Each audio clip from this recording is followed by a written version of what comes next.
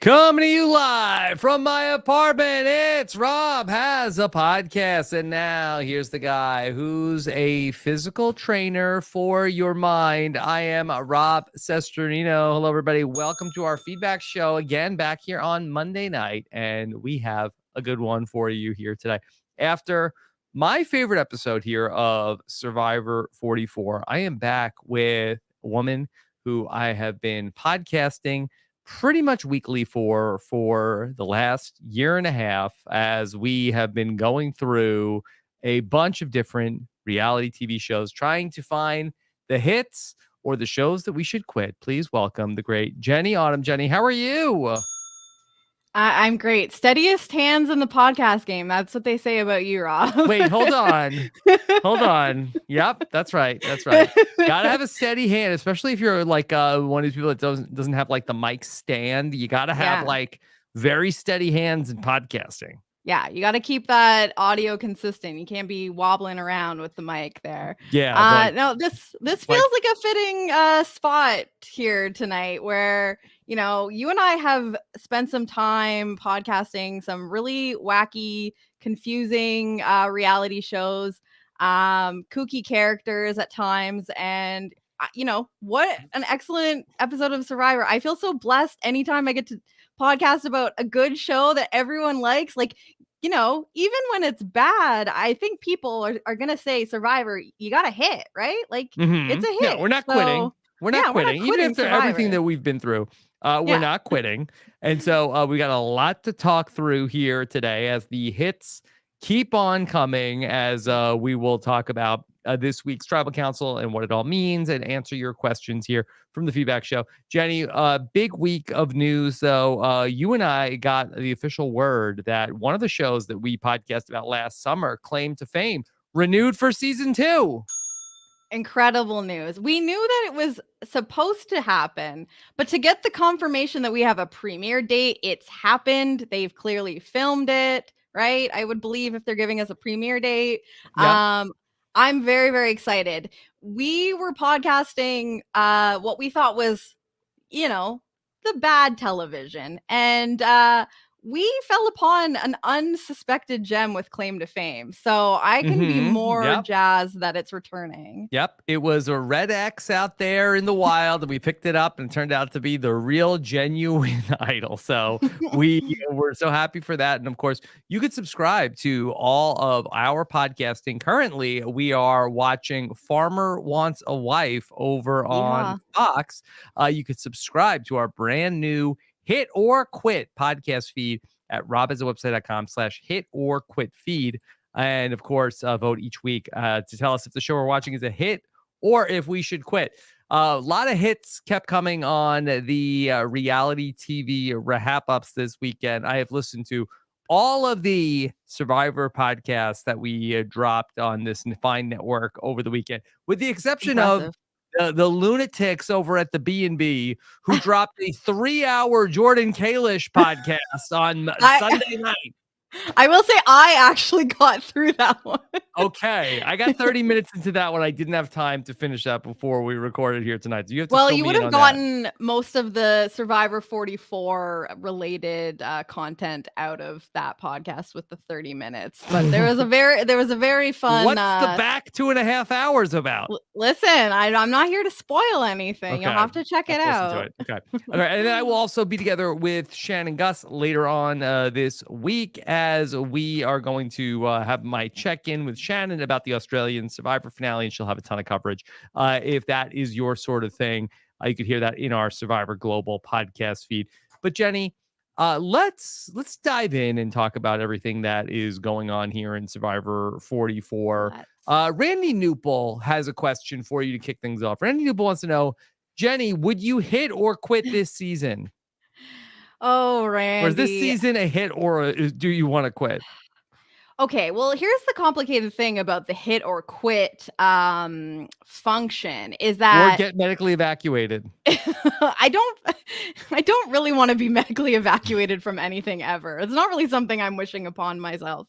With hitting or quitting, it's like, if we're going to quit, there needs to be something else to replace it, because this is something that we need to make known about Hit or Quit. You can't make us stop podcasting, period. Okay. Rob and I are going to keep coming back for more. But if we're going to quit the show we're podcasting about, we need something else to replace it with. And the problem is like I was alluding to earlier, even when Survivor is not the best, we're just all just chomping at it. We're just like, give us this gross little pizza, like coagulated cheese Survivor pizza. That's what Survivor is? Well, it's like, because everyone says even like bad pizza is still good, right? So it's like when Survivor's bad, it's Survivor pizza, I guess. I don't know. We're still going to eat it because we're hungry and it's still in the realm of food we like. That's how I feel about this season. And my frustrations with this season are that it has the makings of an incredible season. And I will say it's still very early. But we have a lot of reasons to be frustrated with some of the things that are being done, some of the decisions that are being made by production, and the results of said decisions. I really want to, carry on with what Kellen was saying on the podcast this week, which having her go before me is wild, because I just agree with everything she said. But I really do want to point to what she was saying about this cast and how the 3-tribe format is not allowing the cast to shine in a way where the casting is the one thing that has gotten so good in this new era of Survivor. And it's like they don't even appreciate what they've got. Well, yeah, they do a great job with the cast, but you know what the star of the show is. Well, it's the monster? The monster, the twist. The twist is the star of the show. Yeah. The cast are there. The cast are there just the necessary evil to interact with the twists. They're the chess pieces at the voting urn. Like, yes. They're not important. The cast is only there to have something for the twist to like interact with. Yeah. But I don't want to spend too much time on it, like, because I do feel like that, like in listening to all the podcasts, like everybody has given a lot of space to what is going on, and probably no one as articulately as Shannon this week on her podcast with LaRue, who is the executive producer of Survivor South Africa. And Shannon had some great stats of like that this. If you watch this after watching Survivor 41, you wouldn't even like, this isn't even the new era. This is like, we have like gone into ludicrous speed of what's going on compared to the season 41. So we are like even like a quantum leap from where we were coming into this. But look, it is what it is. Okay. And so it's Survivor 44 idols like that. Like I basically said this on Twitter, but I couldn't believe how much was going on at certain points of this particular episode. And I do have thoughts on how this particular twist that they maybe could have done differently. That, if they wanted to, how exciting that we got a swap finally, sort of. And I just feel like they just didn't stick the landing. There was just like ways that this could have been too bad done. Danny didn't do it. Yeah, exactly. He's an 11. Yeah. This is how Danny sticks the landing. Wow, I give that an 11. I mean, and I assume that's a good thing out of for 10. Jeff. Yeah, not out of 100. I hope that's what he means. Yeah, it's hard to say with him. We will talk about the swap. We'll get into that, but I would love to just pick things up one more time, talking through Carolyn and everything that went on over at Tika, because I got to talk about it on the Know-It-Alls. I had the first word in our Survivor podcasting week. I feel like I also get to have the last word about this, and certainly. My position about all of this is, has evolved to some degree, but I would love to hear your thoughts on the decision that Carolyn made at that tribal council. Yeah, I think that that's why this particular move and decision is so interesting and is worth, the many podcasts over the weekend discussing it. Because you really can frame it in a lot of different ways, and that is the challenge with the show, where we're being presented information in a selective way. Obviously, we're not being given the full gamut of all everything that's going on. We are being presented Josh in a way that is not very forgiving to him. Like, you watch through this episode and you are, you're getting goofy music behind him in, even when he's talking to Carolyn about using the idol on her. We've gotten multiple confessionals early on in the episode of people basically being like, he thinks he's in a good position, we're gonna blindside him. So we're being presented this narrative about Josh. And one of the things that I kind of went back and forth on was, I was like, is potentially burning Jam Jam here, if they survive this portion, like, who is Carolyn planning to work with at the merge? Because in this narrative that Josh has sold, which I'll get into that separately, where Josh is just yelling to anyone who will listen that he's very, very well set up at Soka and that he has allies over there. And I can't imagine, based on the things that Carolyn has been saying and her frustration on being told the plan and feeling like she was maybe on the bottom of, the small structure she had on Tika. Does she think that she's just going to pair up with Josh and he's going to just introduce her to his friends and she's going to be in a better position there? That is one way of looking at it where I'm a little concerned, because it's does Jam Jam reunite with Carson at the merge and be like, she's a loose cannon, we can't work with her, and then she's potentially burned some people that she really could have gone further with. The other thing that, and I'm kind of giving the things that I feel like are in the potential con column of this move for her. The other thing I thought about was, we got a lot from Carolyn about how she's kind of upset about not being a driving factor, and that she's she's basically being told the plans, she's the decoy vote and all that stuff. And I remember so much of Carolyn's pre-season stuff was pointing to Marianne and how much she related to Marianne. Seeing Marianne play and win was so inspiring, and how she sees herself in her. And I mean, Marianne really did use her perception, the perception of her, to her advantage, and held off. And she had an idol and then got to have that amazing moment at Final Tribal Council where she pulled it out and be like, yeah, you didn't know all of these things I had along the way. Carolyn has the makings of that. And I do worry that she got a little she got a little stir crazy and couldn't hold off on being a bigger part of a move and kind of putting her foot down and being like, this is my game and I'm putting it, because I just don't know that it was worth losing an original Tika and also pissing off the other original Tika for Josh and what Josh could bring to the table for her. I think this is really hard, because I think everybody, all four of the people that we're talking about, I do think made mistakes. And so I want to sort of talk about who did what, but I also want to be sort of I want to make sure that I'm not holding, Carolyn to a standard that maybe I shouldn't be hold her to. Right. That and as Josh is in the chat, says Yam Yam burned Carolyn first, though, by making her the backup vote. If Yam Yam's plan went through, Carolyn would have gone home because Josh did have an ally. Yes. All that is true.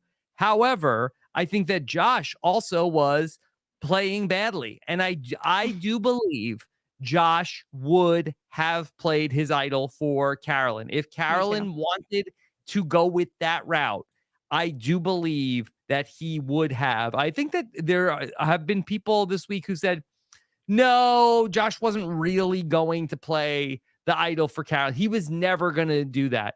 I do believe that he was going to do that. And Rob, this is what I was saying. Where like we have been presented a version of Josh that tells us that he is deluded about his standing in the game. And I Yeah, just he doesn't. That's probably a little strong. I say he does not have a good read of where he is at right. at Soka. But even like the way that he was presented when he comes to Tika and we get all of we didn't need the stuff about he's lying about being a surgeon and like Sarah and Jam Jam don't trust him. Like there was enough reason that he would be the target coming in anyway. And I feel like they took opportunities to make him look bad.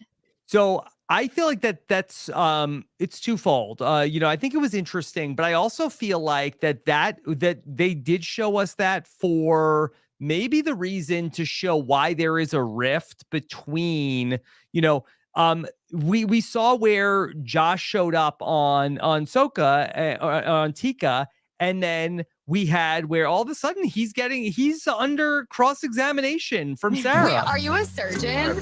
And they don't believe his story and like asking him like all these follow-up questions. And he's like, ma'am, please get off my neck. I'm the surgeon. I'm not a surgeon. All right. I told you. Physical trainer. Yeah. And then they kind of turn around and then say like, oh no, we want to work with you. Carolyn is on the outs.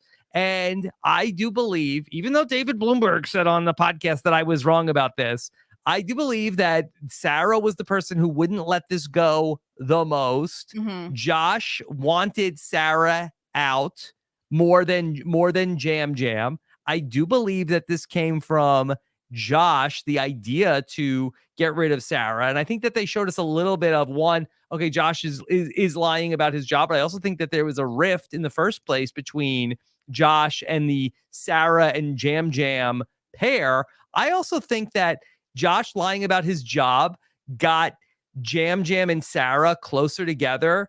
Carolyn did not care what this man did for a living, but Jam Jam and Sarah, they were on it. And they were, oh, you think he's lying about this? You think he's lying about this? Carolyn's just like, I don't care. Well, and Whatever. also, what does it matter if the narrative is like the three of us are going to do whatever it takes to make sure that we get out of this portion of the game together? Tika's strong. Hopefully Carson will be there too. Then it doesn't really matter how you feel about Josh or whether you trust him or not. You need to be talking about, does he have something? What could he do with it? Right. What are our plans to protect ourselves and try and like, if he does have something, have him use it improperly.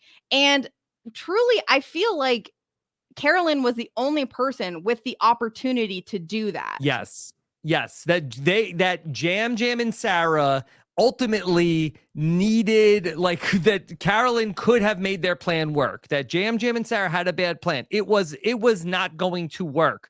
Josh tried to get the jump on.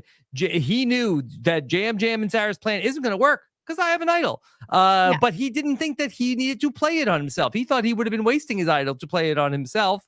He said, I'm gonna screw them over by playing it on Carolyn.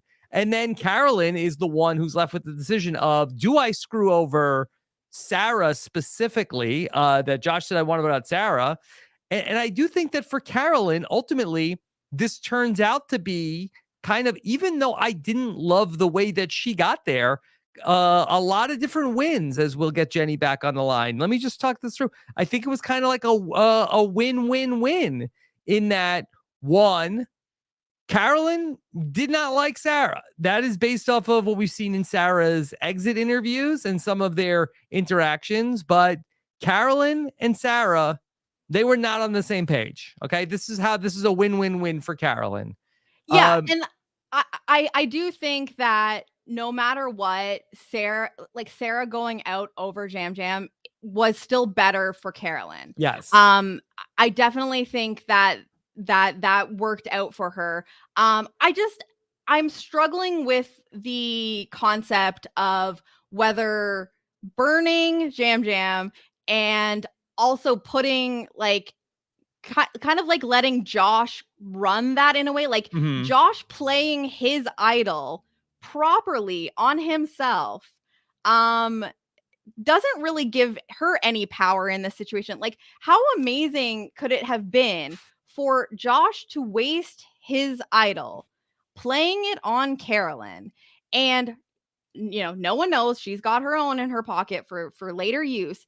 And I really loved the shot in the dark idea that you and Kellen discussed. Yeah, that would have been good. That would have been good. Because like there's a lot of ways that she could have spun that. She could have been like, okay, she plays the shot in the dark. She apologizes to Josh after saying she got nervous that he would be rightfully selfish and play the idol for himself, and that Sarah and Jam Jam could have been putting a vote on her as well in case he played an idol. Like, she was just trying to, make sure that the both of them got out of that tribal council. She can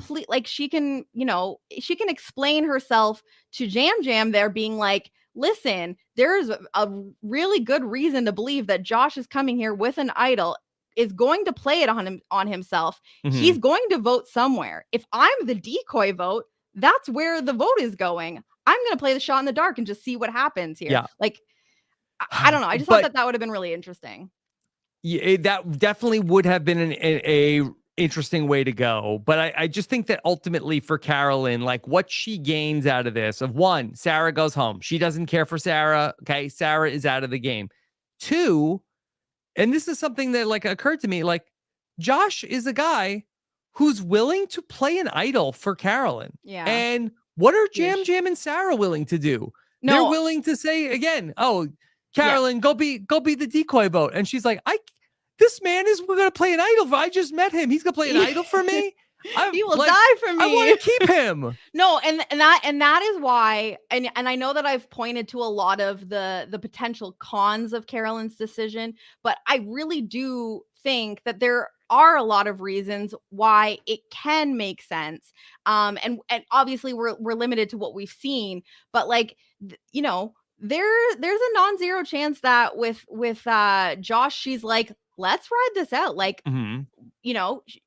I think that we're talking and saying, most people are saying, okay, well, next week for sure Josh will go. Like, I think that Carolyn and Jam Jam will make up, and she kind of got hers and kind of showed him like, hey, you can't take me for granted. And what other options does he have? She made a stand. Because he's not working with Josh. So people are probably assuming that if they do go to another vote, especially now that they know Josh doesn't have an idol anymore, they'll probably just vote him out. But like, there's also a non-zero chance that Carolyn's like, this is my guy. He values who I am and what I bring to this game. He was going to play an idol on me. Like, is this the weirdo pair that we thought we were going to get with Carolyn and Jam Jam? It's going to be Carolyn Josh. Josh is coming in and love bombing Carolyn. Of like, oh, Carolyn, no.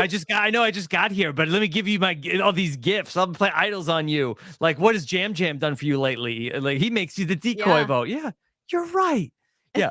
But it's true. Like, they screwed that up by making Carolyn the decoy vote. They did. Like, and they did the worst. And I've criticized Carolyn this week, but I do want to say that Jam Jam and Sarah, they deserve the most criticism this week. And I don't mean hate. I mean criticizing the move. We should point to their decisions that got them into this situation. But on top of that, for Carolyn, when I look at like the other things she gained out of it, also she gets to keep her idol, flush Josh's idol. Yes. Also, she's got agency in the relationship. She's got hand back again with Jam Jam. He's got to come crawling back, and maybe if it doesn't work out with Jam Jam, then she's got maybe, Josh erroneously is like selling a bill of goods. Of like, oh, wait till we get back at Soka. I'm going to tell them all about you. They're going to love you. You're going to be in good with them.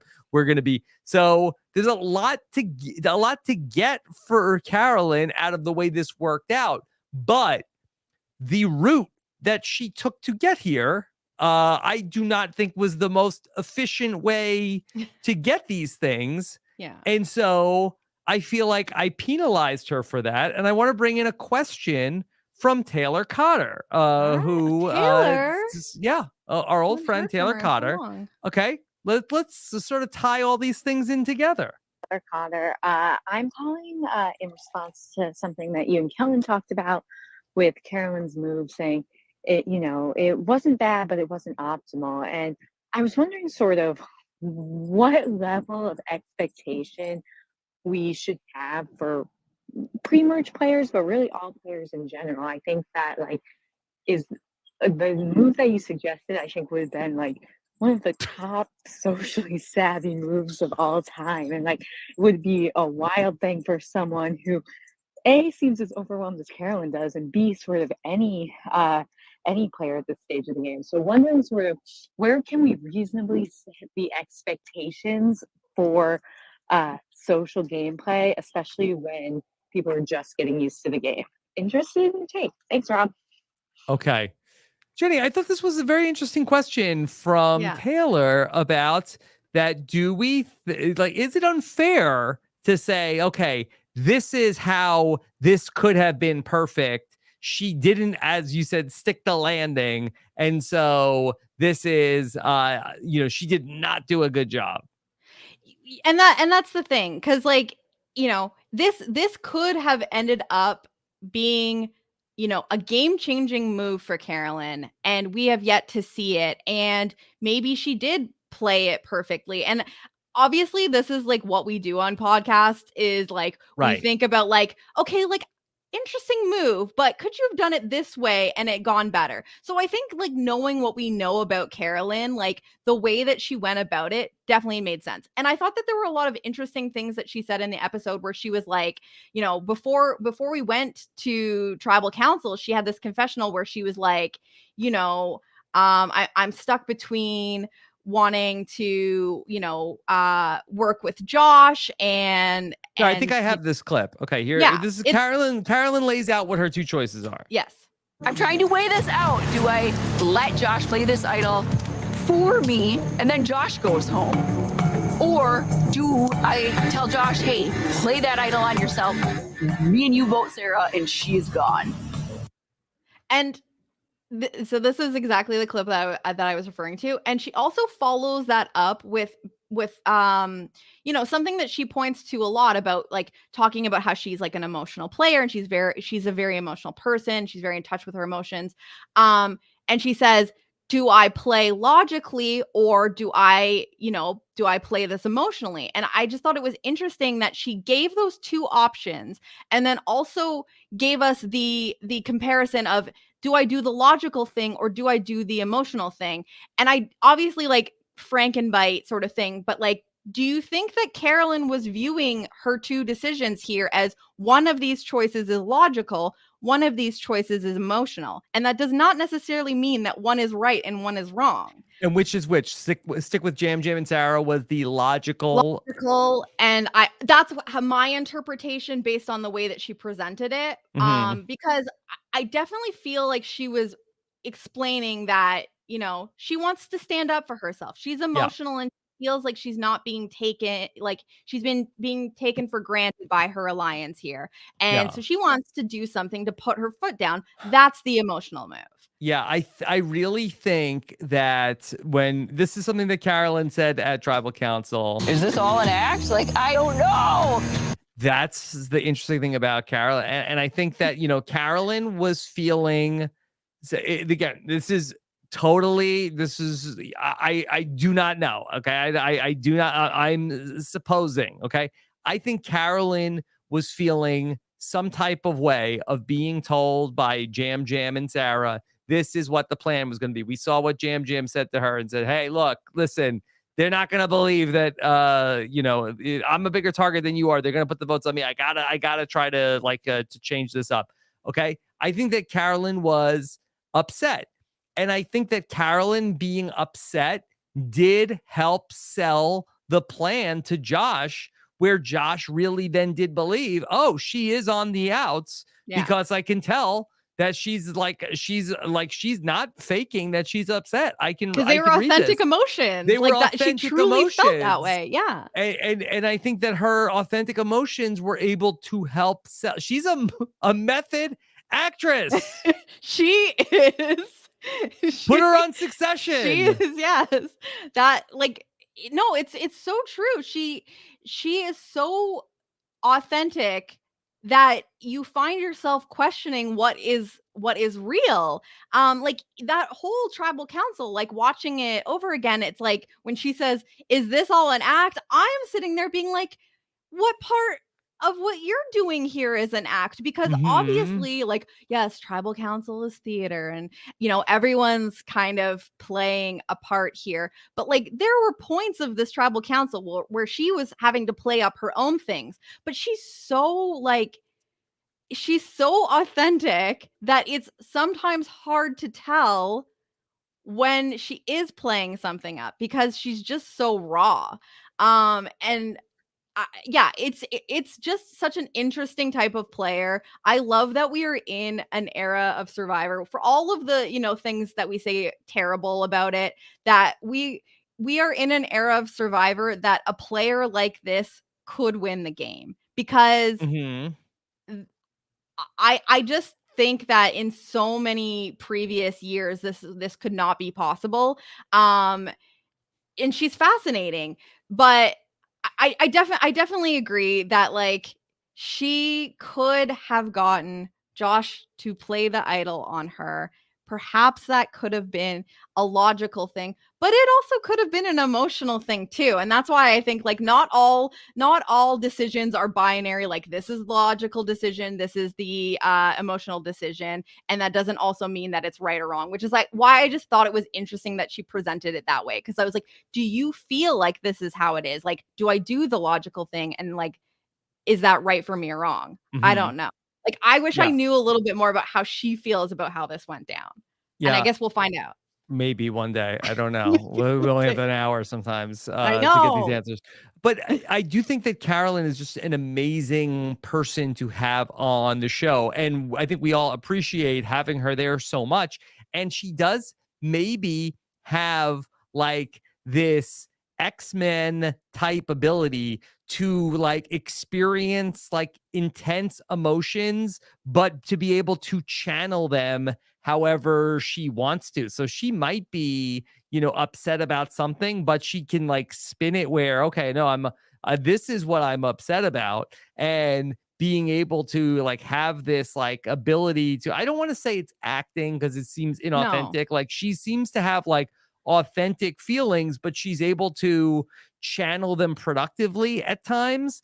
And that I feel like in a game where there's so much bluffing, double bluffing, where like this might be a superpower.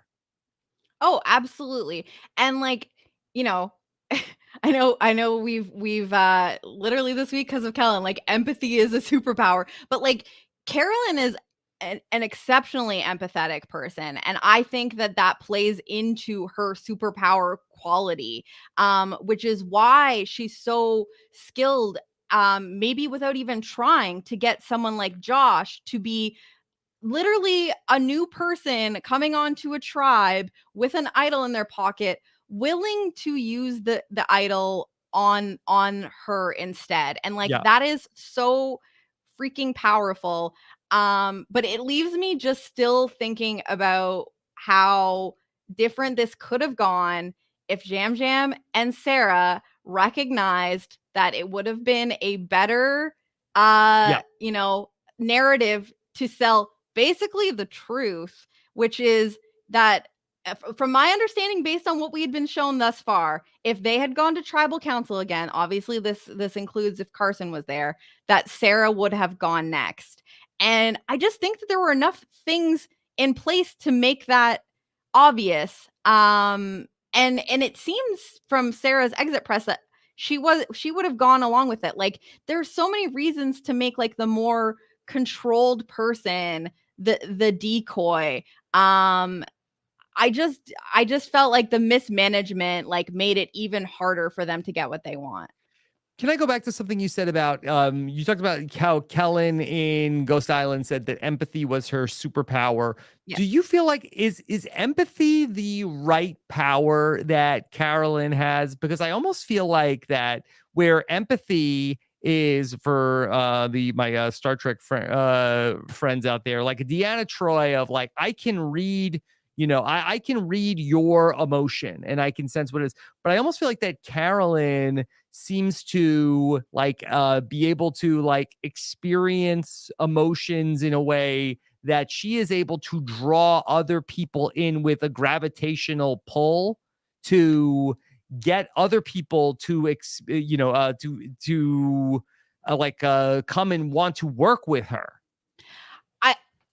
I definitely understand the distinction you're making, but I almost feel like it's a byproduct of being an empathetic person, and that a lot of people that are by nature empathetic, and not just people that say that they are and aren't, like truly empathetic people that have, someone like Carolyn who has gone through, some incredibly difficult things in her life that have taught her so much about herself. Like that, I think, is almost kind of tied to that type of person, and it goes hand in hand. I think that there's something obviously unique about Carolyn, and not all empathetic people have that quality, but I think that it is aided by her empathy, if that makes sense. And I think that it's like almost like a two-way street where she is able to, make people feel things for her because of how she senses their feelings, if that makes sense. But I kind of do feel like it is part of that type of person.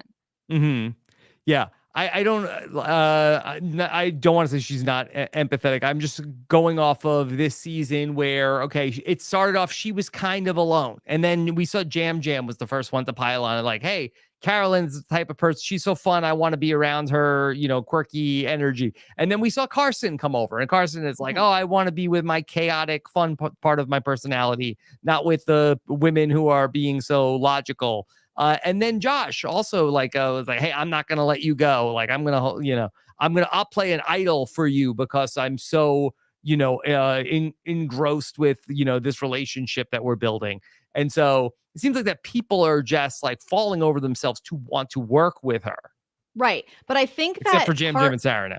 Well, now, but I think that part of that is how you make people feel. Like, people are going to gravitate to other people that make them feel good. And I think that that's probably a quality that Carolyn has. Like, she just kind of oozes this like sensitive and bold spirit that, like, I can imagine her conversations with other people. She has this way of making them feel things for her without just outwardly doing it.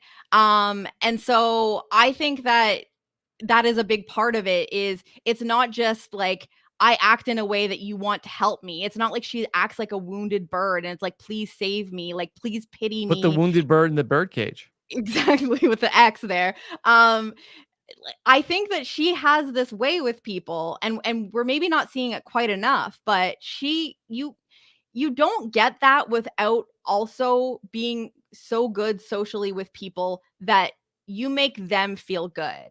And so I just don't think that you get this type of person, having everyone gravitate to them, willing to play idols on them, willing to throw away two potential allies to work with you, without also reciprocating this energy that makes that person feel safe and, understood and protected. And I think that that is just based on what I know about Carolyn from what I've seen.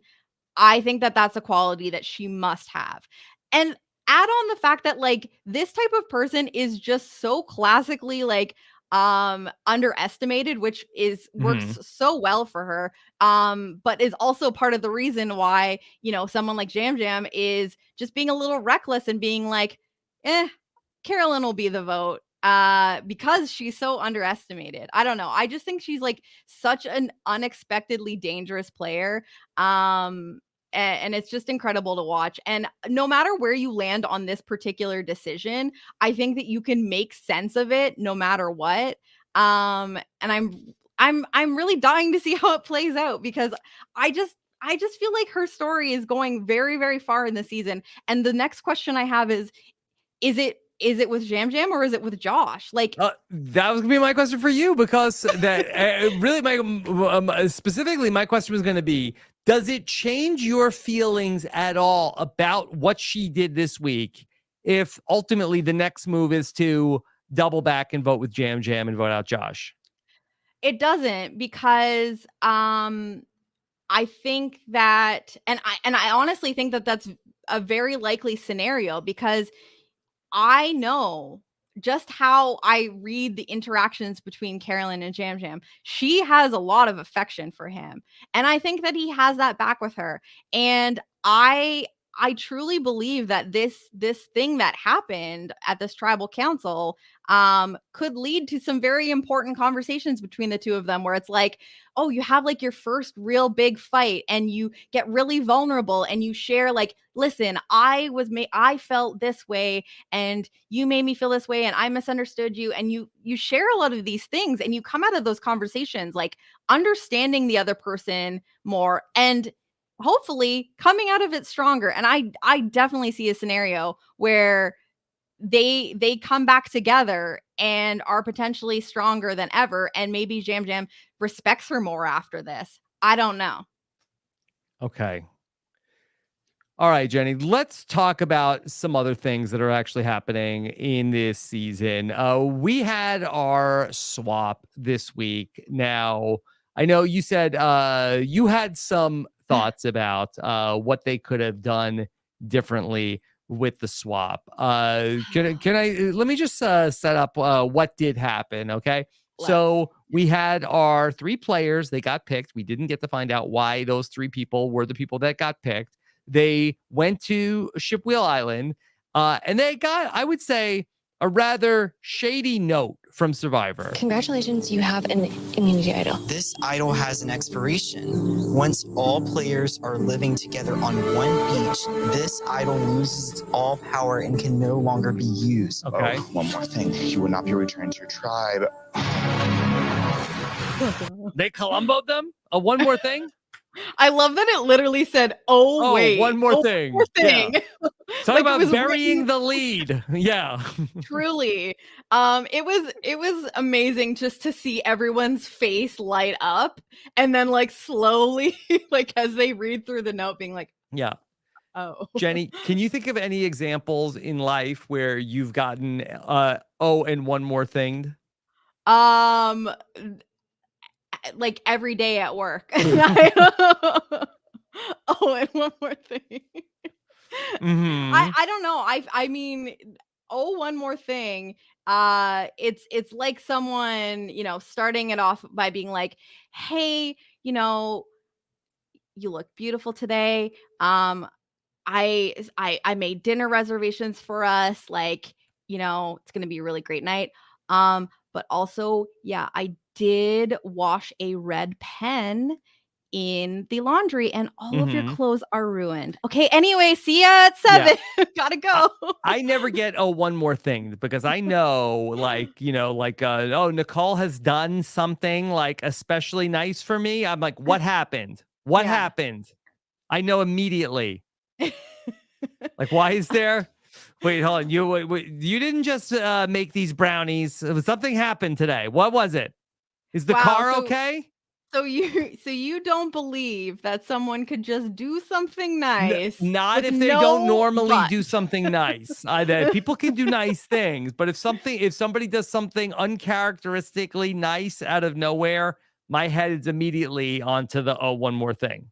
Yeah, and Rob, let's be real, that's trauma. I for a very long time was very against receiving flowers, because I had a relationship early on in my life where someone bought me flowers, but only when they were shitty. And that happened a lot. And so like when the flowers were or the when the person did something wrong, and then it was like, oh, flowers to apologize, but they weren't like framed as apology flowers, but you knew that they were. You're like, So then your brain starts making this negative association where you're like, I don't get anything good without a but.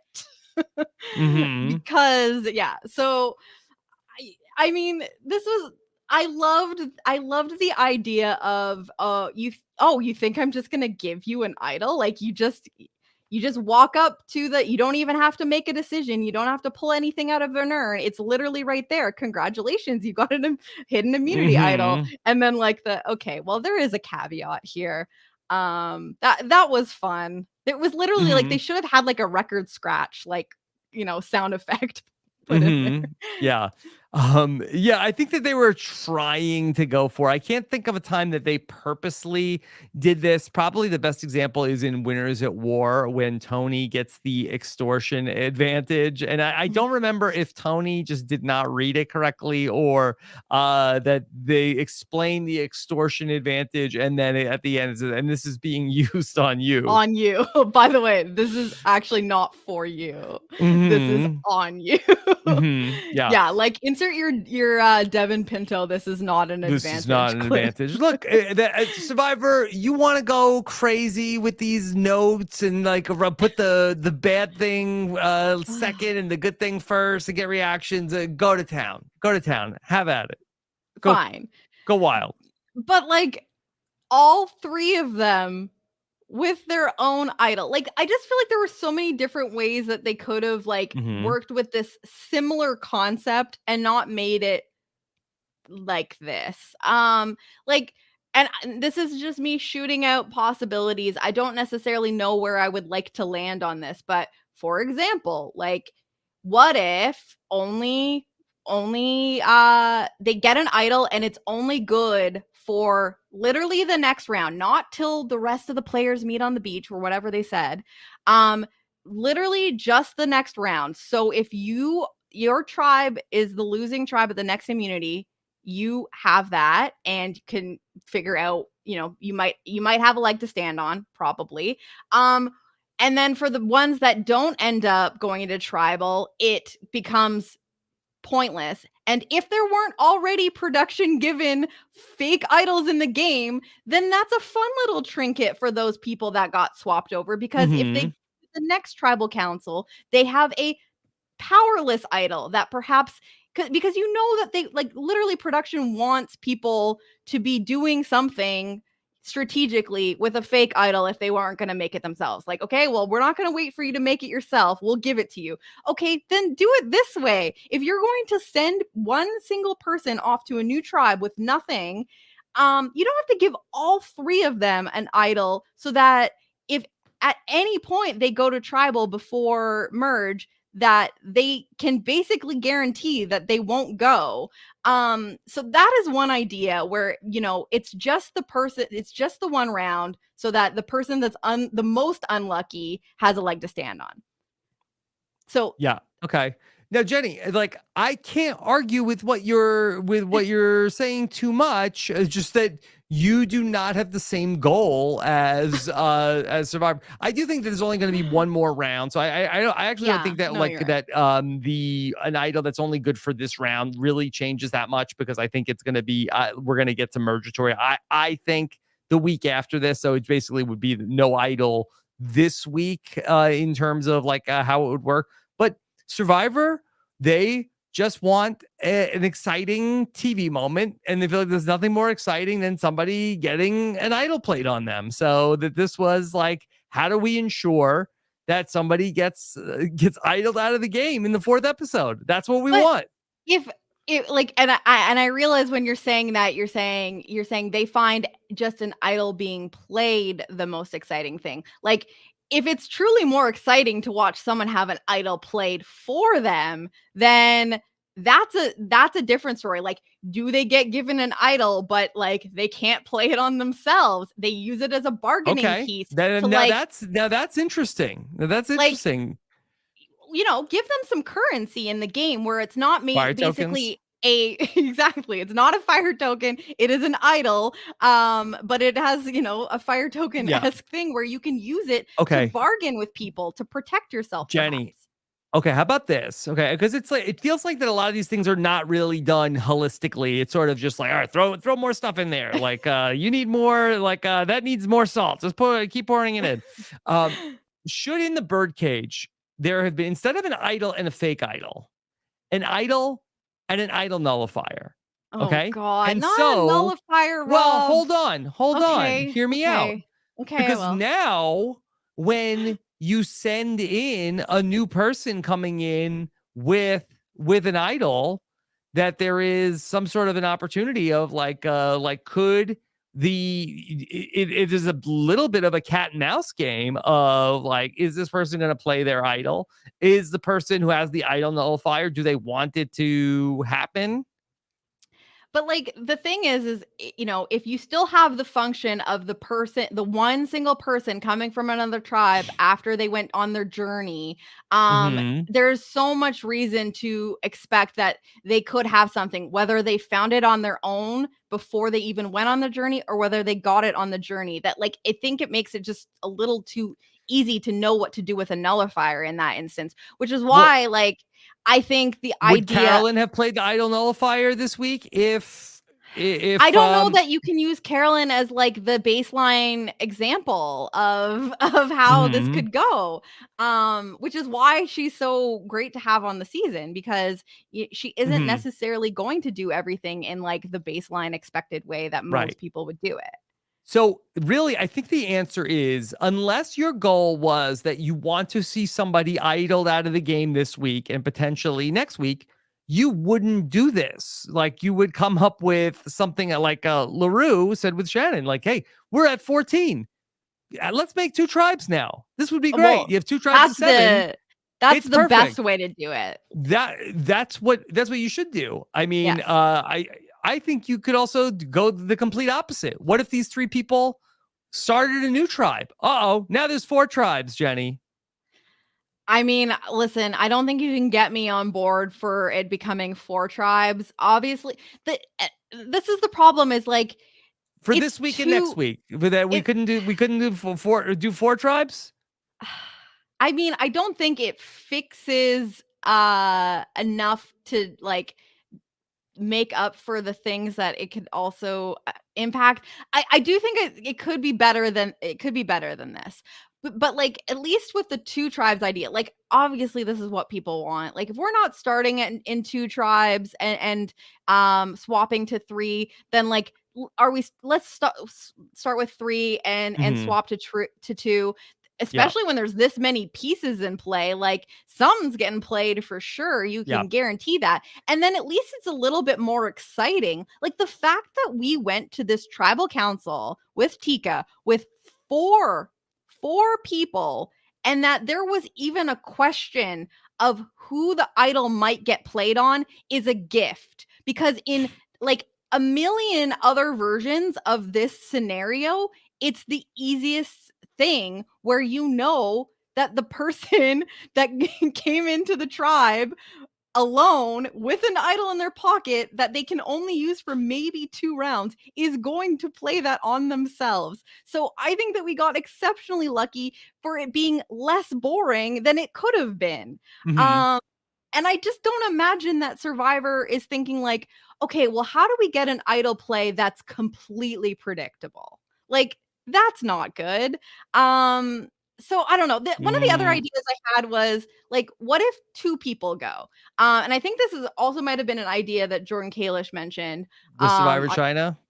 On the B&B, but like 2 to each tribe. And they get, again, if they are just so H-word to have 3 idols given to these unlucky people that go on the journey, like it could be interesting when you have 2 people going and 1 idol between them, and they're technically in a minority in the tribe they go to, but they have something that they can use, but they also have the challenge of figuring out how to use it properly. Because when you're one person, they each have half.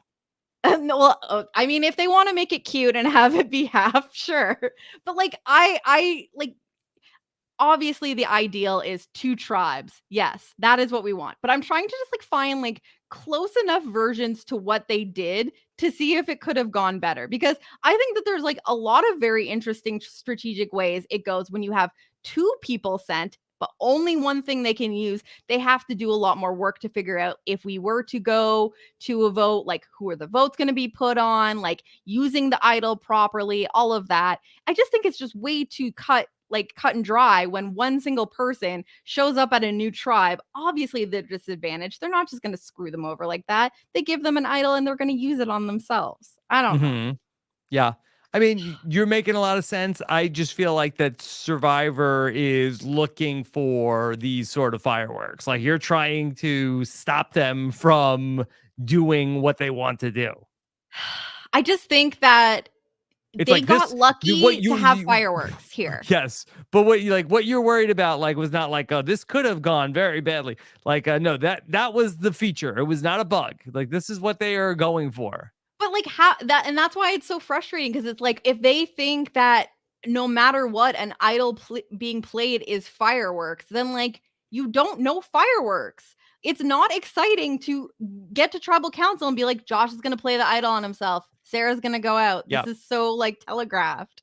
I'm not defending it. I'm just saying that like I I think know. that one of the appeals to like of the new era is there's nowhere to hide. So now it's like, okay, Josh is coming into your camp with an idol. There's only 3 of you. Now what?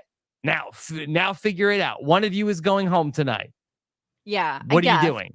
But in like a lot of situations, like especially on these small tribes by this point, if you've had to go to a vote already, like it's probably clear who might be next. It seems like it's it mostly would have been clear on all of these tribes. I guess like if Soka had gone, that would have been messy, obviously, because sorry, I'm jumping all over the place here, but like now it's leading me to think about this.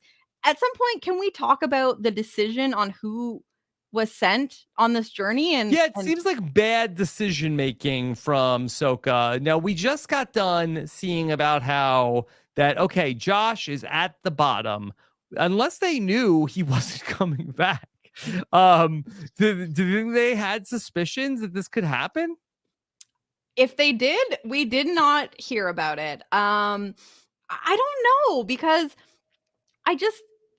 were they just banking on the fact that like only one person is going to come out of this with something good, and the chances are higher that they'll come out of it with something bad, and we don't want to hurt one of our own, and maybe we just hope that he's the one that gets hurt. Well, and yeah, based off of what Matt came back with, where he lost his vote twice, and that's the only experience that they had. Like, okay, well, if he loses his vote, then that like, that might help us, because if he loses his vote, even for one tribal council, then when he comes back, because I mean, I feel like that if you were playing the percentages, okay, there is a 66% chance he is going to lose his vote at the next tribal council. Yes. Because he is either going to get a thing on the first poll, or B, lose his vote, or and then lose his vote again, or lose his vote and get a thing. And if he loses his vote,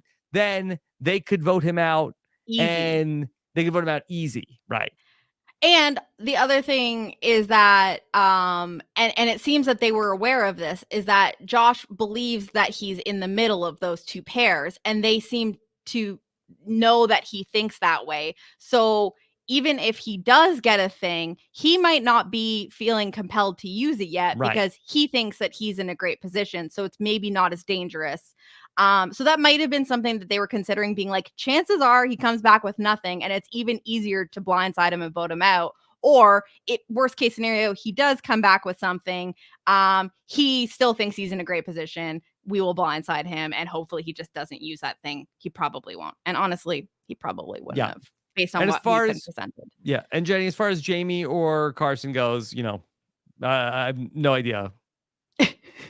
I don't. We just blind speculation of like why, it could be either of them. Yeah. And that's why it's too bad that we don't get more time with the cast, more confessionals. I would love to get a little bit more insight on what the tribes think are the dynamics of the other tribe. We got like a little snippet of that with Carson talking to Ratu about, trying to sell the narrative that he was on the bottom there, that Jam Jam was running the tribe. And we got Brandon basically being like, yeah, we were kind of assuming that Jam Jam was running the tribe. Like, I would love to get more indications. If we're not going to get the tribes like mingling, if we're not going to get swaps or true meaningful, like these journeys, we've got nothing from these people going to Shipwheel Island together. Like, we got, for some reason, Jamie saw Josh and Carson and thought I We might got work with nothing in this season or nothing in all of the new Okay, era. since Shan and Liana, I just Yes. don't feel like we've gotten anything truly like game meaningful from, especially in this season though. So if we're not going to get swaps and if we're not going to get truly like strategic, meaningful interactions in these moments where, you know, people from cross tribes get to mingle, then like give us some at least confessionals where we're getting some, you know, insight to what people think might be happening in the game outside of it. Cause like I love, you know, when you get the like, okay, like getting your first look at the new Soka tribe, Claire voted out at the last tribal council, and you see What? the reactions. I'd love to know a little bit more about what the reactions mean and what they thought. But Mhm. no, we don't have time for that. We're playing freaking Candyland. Like, Mhm. I don't know. I just want to hear more about like what people think is going on socially, because that is the most important part to me. Yeah. But what Jenny, do I know? yeah. Have you heard of Australian Survivor? I have heard Yes. quite a bit Yes. about it. Okay. So let me get into some of the things. Let's talk about the Soka tribe, and let's talk a little bit about Jamie. And Jamie, I think, is so interesting. Yes. Now she is coming in. She was pumped up about going to the Soka tribe. It happened. I have a magic wand, and so when I go, things happen. Things happen. Yeah, it honestly sounded like the Will and Mike Boogie Yeah. diary room. They don't talk anymore, I think, on the phone. I don't think they're calling at all. Only if there's like some plastic in between. Yeah, I don't think they've been talking since No, this type of not phone. not recently. But Jamie, she's coming yeah. in, Jenny, and Jamie's coming in hot because basically things went so well for her at her last tribe. She's ready to do it again. I came, I saw, I conquered, I did what I needed to do at RHAP 2, and now my plan is to do it here. She came, she saw, she conquered Ratu. Which I love that for her. I want her optimism and enthusiasm and zest for life. Like, bottle it and let me chug it, because I want that for myself. She is so fun. She's so positive. The fact that she took like this and was like, this is great. This is a good opportunity. I did everything I needed to do at my last tribe, which, I mean, there was only one vote. I don't really, I mean, She Jenny, she hit the shot in the dark. she did hit the, she yes. did a bunch of plant. Who's gonna take care of the plants? Plant lady. Plant Daddy. You gotta Plant leave Daddy. them in Plant Daddy's care. And as far as she's concerned, she found an idol. She's got And now has two- a second idol. So yeah. And Survivor was very shady with like there's like Jamie, one temporary idol, one fake idol. Yes.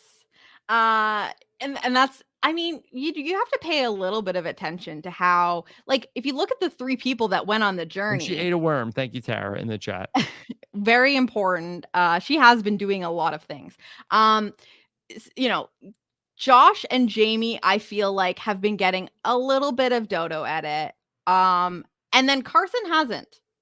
So I just think like it's interesting to pay attention to, like, these three people got dealt a hand.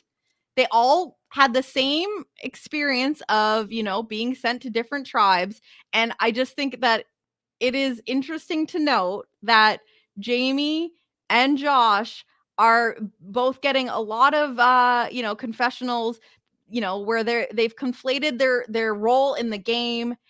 Understandably, in some cases, I don't fault Jamie for finding what she found and being like thinking it's a legitimate idol. There's so many reasons for her to think that was real.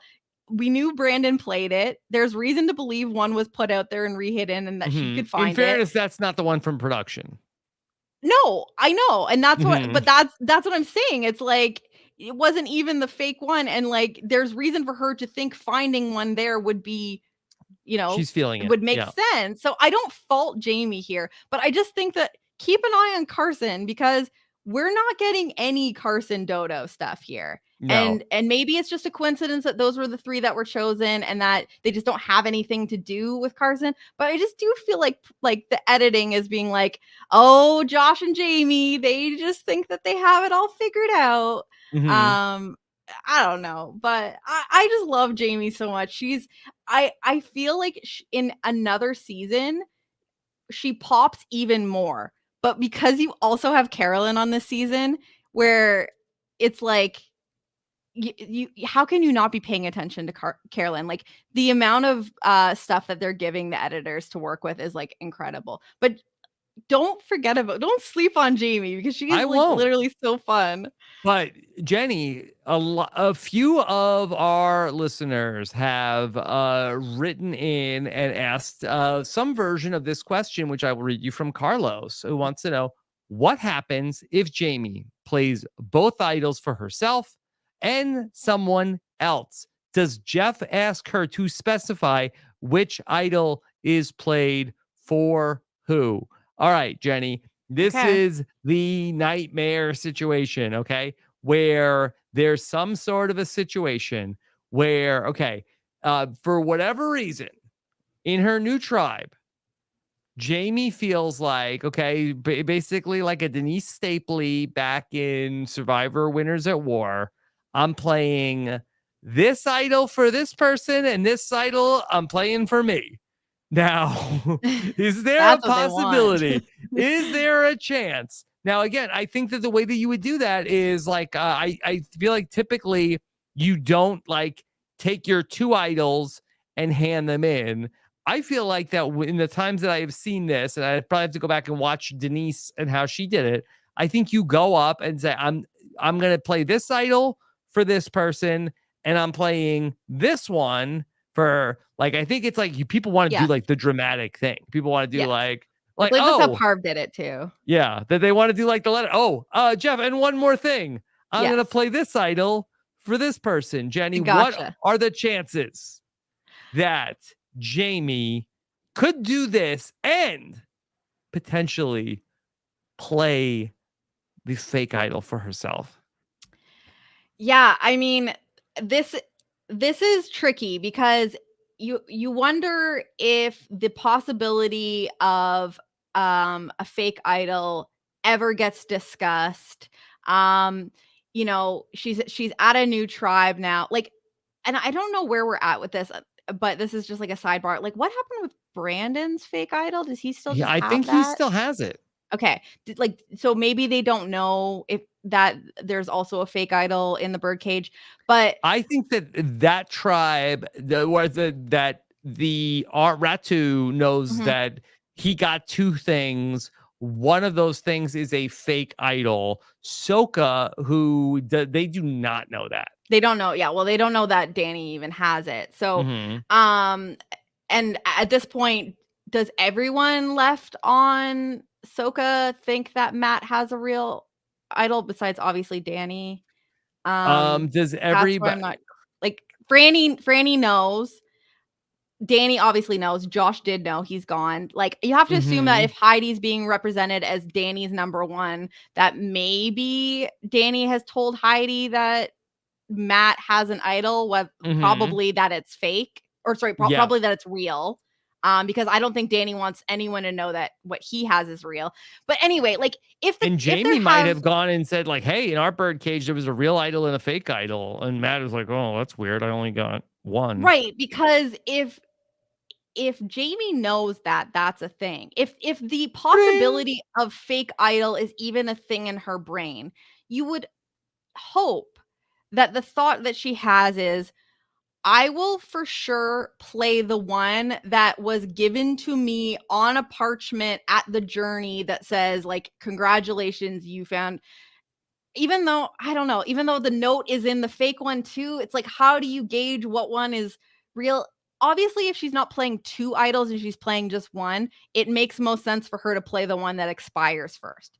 That Mhm. if she's just playing one, I think she's in the clear.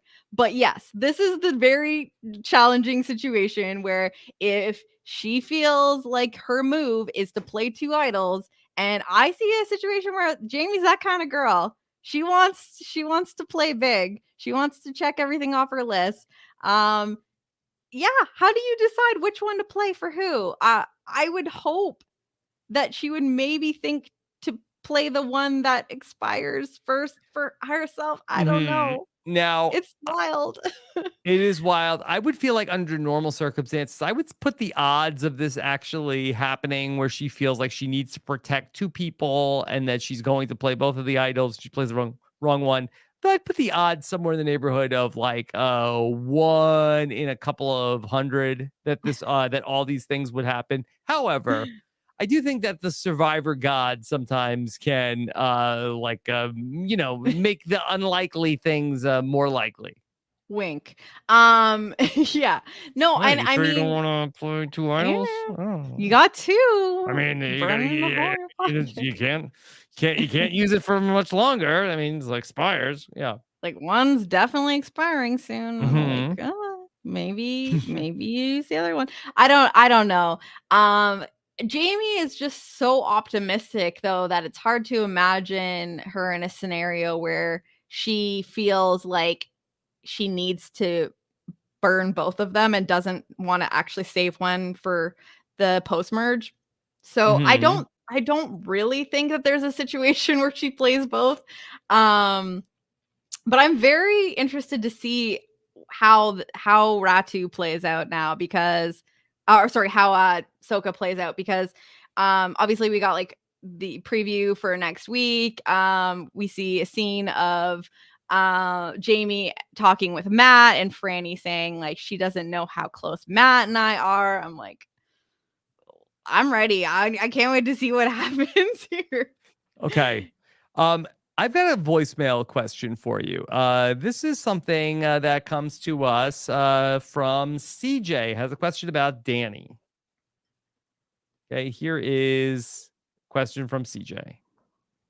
Hey, Rob and Jenny, two hosts I would always hit play on and never quit. This is CJ. Do you think that Danny searching Jamie's bag may come to bite him in the same way that Ellie was the merge boot in season 43?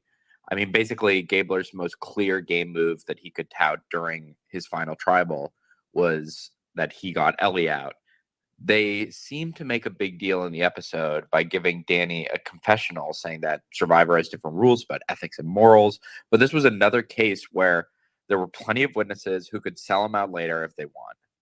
As a side note, I think the best take on misogyny in America has come from Jill from the Outlast Deep Dive. Thanks. Have a good one. Okay, thank you. By the way, yeah, check out my Yeah. interview. It Chappelle and I happened. talked with Jill from Outlast. Did you watch that? No, but I knew this was potentially Yeah. happening. And so now Jill I from need to, like, Outlast messaged and said that she wanted to come on to the podcast. And so we got her on. And so we I need to find out what this take is. had a great interview. And she talked a lot about, Jill, a lot of people came away from like, oh, the Jill is horrible. Jill is the worst. And then I think that Jill feels like that she was like portrayed in maybe a more negative light than she should have been. And people also, because a woman was doing the things that she did, if a man did them, people would not have had as big of a Yeah. problem.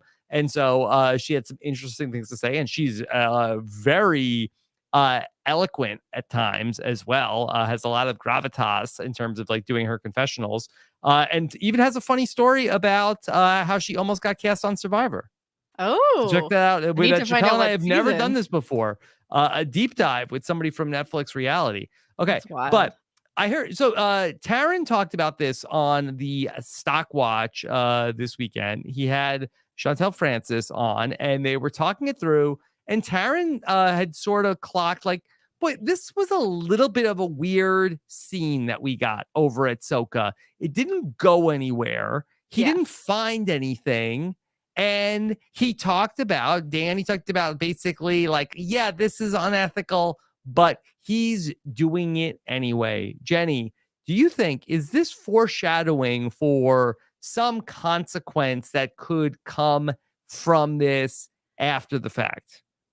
I mean, you have to think there's a reason it was shown, unless they really just wanted to give us some sort of suspense about what things might look like if they were to lose, because this is pre immunity challenge, obviously.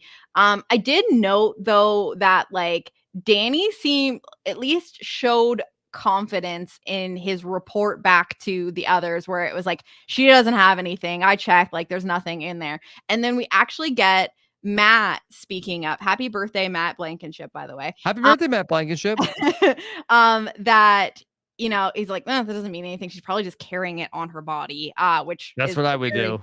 very reasonable assumption to make.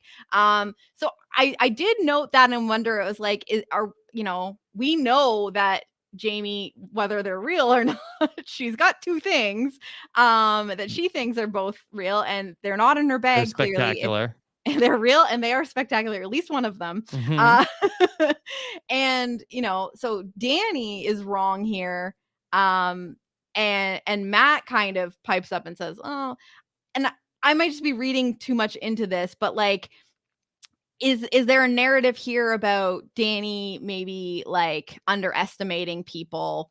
And that might not be like anything to do with it, but I do think it's interesting to show this scene, but it truly could just be you know, stuff to give us like, I see a scenario where Danny wins the season. And like, are we just getting this so for the eventual you know, question he answers at final tribal council, where he has to explain you know, why he did that thing, like like where his ethics were, because we get this confessional where he's like, you know, this is not something I would do, but these are not normal ethics, these, at least not in my page of the book, and we're reading my page, or whatever he said. So like, I don't necessarily know that it's going to come back to bite him in the butt, unless someone gets wind that Jamie does have an idol and starts scrambling and wants Jamie to target Danny, if anyone, if she's going to use it. I don't know. Oh, okay. So this is an interesting scenario that you paint here, because okay, we go to the challenge. All right, this is the fan fiction. All right. So we go to the challenge and we see, oh, Sarah voted out of the tribal council. How did that happen? Oh, they must have an idol. They have an idol. Yeah. Okay. How is Josh not voted out here? Getting ready to go to tribal council now. They've lost the challenge somehow. And it's like, hey, Jamie is going to play her idol. She's going to write somebody's name down. Hey, Jamie, just so you know, Danny went through your bag. What? Yes. Danny, he touched all of your stuff. And he doesn't think you have an idol. And if you have one, that's okay. You don't have to tell me. But I want you to know that he doesn't think you have one, and he's planning to vote you out tonight. Like, I don't know, it's fan fiction, but Yeah. I mean, if you are trying to save yourself, then why don't you do that? Okay. Then at this tribal council, okay, so now, all right, so we're gonna get where, here we go. Here comes Jamie. She's like, I'm playing my idol tonight. I'm not going home. Okay, Jamie plays her idol. Does Danny stand up and say, well, look, all right, you got me. I got to play my idol tonight. And then does Matt stand up and say, I got to play my idol tonight then too? And then it's like, oh, actually, yours is no good. I can't bear this. However, I don't like this reality. However, but that I don't think that Danny would go home yet, because in this scenario, everybody put their votes on to Jamie. Jamie put her one vote on Danny potentially. It's just down to no votes. And now Heidi and Matt and Franny are drawing a rock, I think. Yeah. Oh no. Wow, is this great? Is this great or what? Well, this is what we all wanted, right? Mm-hmm. Yeah. Couldn't have drawn it up better. It's all happening. So yeah, perhaps, I don't know. Perhaps. I just think that like this scene could have just been giving us, you know, some insight into what Danny is willing to do to win the game. Like we got stuff like this from Jesse last season. We got lots of like confessionals about like, you know, Jesse doing things that he normally ethically would not agree with and would not be something he would do in the outside world, and that he struggles with a little bit, but ultimately his main goal here is to win the game and like, you know, support his family. So like in a way, this could just be a scene that shows us a little bit more about Danny's thought process and what he's willing to do to win. Because I don't necessarily know that any of these people are looking to sell out like Danny over this. Whereas like the Ellie and Gabler thing, like I think things were just like a lot more contentious.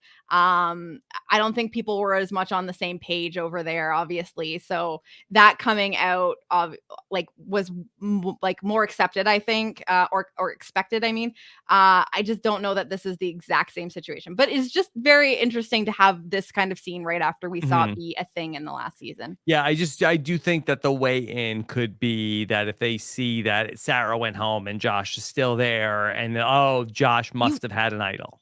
You have to think that. Like, you like, should already we've played be with thinking this that. guy for he's not a wheeler and dealer that he Exactly. was able to like this man is like the most confident. You know, like or maybe they're thinking like if there's no way that he would have known to play the idol properly, that's a little too much. No, I just think that they should have already been expecting that there was a good chance that the person coming in had something. And when you see Sarah go out over Josh, like there has to be zero doubt left in your mind. And so maybe that means that we have a really, really interesting tribal council next week, because no matter what, people know that like the rest of the tribe has to kind of scramble or put a lot of work in to try to misdirect an idol play. But I just don't necessarily think that you're getting that narrative again after Josh with Carolyn. I just don't think that's happening. Jenny, I have a question for you from Caitlin, who says, I adore Jenny. I'm so happy to see her on the feedback show. Who does Jenny think is in the best spot going forward? Also, tell her I think she is very talented and the reason I was able to get into RHAP in a real way. How about that? Caitlin, that is the sweetest thing I've ever heard. Okay, I love you, first of all. Sorry, I just got completely blindsided. What was the question? Okay, sorry for you. Wants to know, who do you think is in the best spot going forward? See, this is tough because my answer, like I've been feeling good about Matthew, and I just have a hard time ignoring all of the shoulder stuff, especially in the preview for next week. I feel, I mean, Danny is in an incredible position. I think that you have an idol that nobody knows about. And you are on a strong tribe that has made a plan to have a 4-person alliance. Like, I think that if they don't go to tribal next week, which I think is completely reasonable, especially because there are only going to be 3 people in the immunity challenge. And I think that it's like guaranteed to just be Danny, Matt, and I'm not sure who the 3rd person is, maybe Heidi, like in the challenge. Like, you have a pretty good chance of winning immunity. I don't see them going to tribal. So I think that Danny potentially just gets to merge and he's in a good spot. I think Carson's spot is very interesting. We and again, I'm like reading into the preview where, we know he's got an idol. He's beloved by Carolyn and Jam Jam, I think. So if either or both of them get out of Tika, then, and I think for sure Carolyn will, I think they probably are wanting to work with him again. And Carson, I think, is making friends over at Ratu. Like, we get this whole thing with Matthew, although we did not get any explanation about how he felt about Matthew. Got a lot of Matthew being like, I did a great job. Yes, Matthew sat Carson down and said, so it's like, I just wanted to like build some trust with you and give you some knowledge. Yeah. I loved your point about like saying the quiet part out loud. Like, this is definitely a thing about Matthew where it's like, you don't know, that's the part you say, the confessional. You say, Jenny, I just wanted to bring you these flowers to get you to forgive me for things that I've done in the past. So that I'm presenting them to you now. This is definitely just a thing that I'm doing to try and get your forgiveness. This is not just out of the goodness of my heart. Yeah. Can I did tell you think- one other thing that when Carson showed up, I thought this was also odd from Matthew. Okay. Carson shows up on the beach and Matthew calls him Young man. young man. Man. I mean, he's just spitting facts. He is a young man. Young man.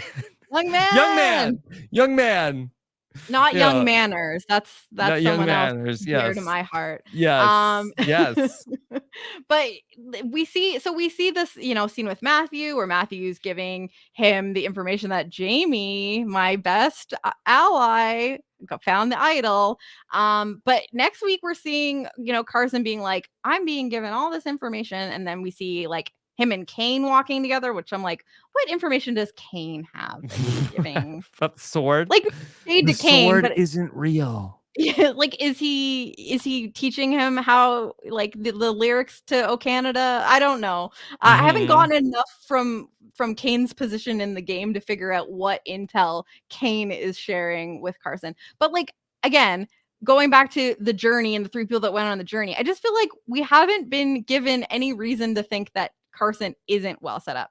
But so I would say those 3 that I mentioned, and then obviously, like, I think Carolyn. Listen, I just Well, she I has feel an it in my idol. She bones. has a She lot of has people an working with idol. him. Yep. I don't know. I think that she's in a better position than you would think she might be, even no matter how you come out on the move this week. Yeah. Okay.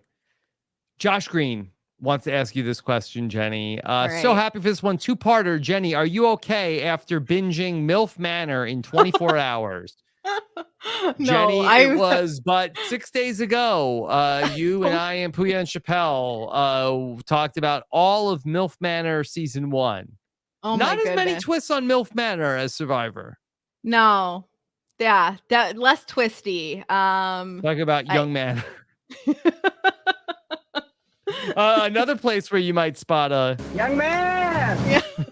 young man only. I'm saying Carson in another world, Carson. He's there. Yeah. Who's Felicia? Yeah, she's one of the MILFs, I think. Yeah. Yeah. Definitely. She's one of the moms. Felicia's definitely definitely there.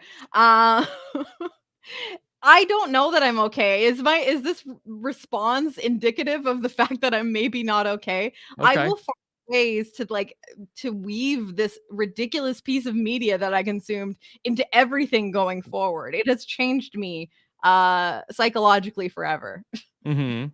Okay. So then we have the second part of Josh's question. Who on Survivor 44 could go on the hit or quit shows? For example, Brandon and Claire on Special Forces, World's Toughest Test, Carson to the MILF Manor, Sarah on the Real Love Boat, etc.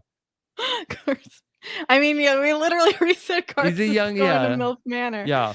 I think Carson would be a MILF whisperer.